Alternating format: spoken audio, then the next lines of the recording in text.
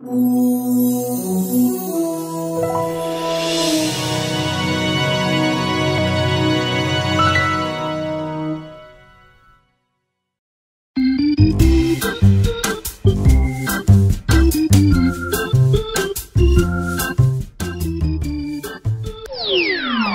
50 שנה היית אומר, תעשה שפכטל, לא ידעו מה זה בכלל. שפכטל והתזה זה רק גימור.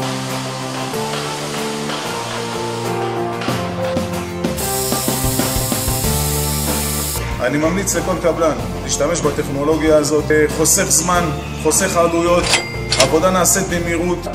אני אומר לכם שאחרי שפעם אחת אתם תעשו את העבודה עם השפכטל עם הציוד, אתם תבינו שזה ליגה, שזה דברים מעולים, ואתם לא תבטחו על זה. זה מראה לי מה ההבדל בין לעבוד בשיטה פרימיטיבית ובין לעבוד בשיטה מתקדמת, הרבה יותר מדויקת, הרבה יותר מהירה, שהתוצאה שבה כאילו אי אפשר לתאר אותה במילים, פשוט פלטה אחת יצוקה.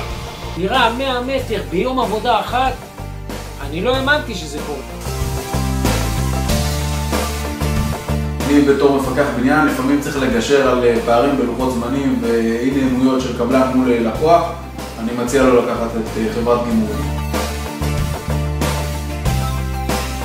לא רק שיש להם את המכונה, הם גם יודעים לעבוד יפה, יודעים לעבוד מהר, ויודעים לעשות את זה בצורה מקצועית ונכונה.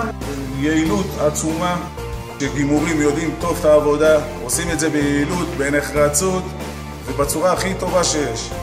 מאוד מומלץ, אם אתה קבלן וחשוב לך הזמן וההתעסקות ועבודה מושלמת, תפנו לגימורים, שווה לכם.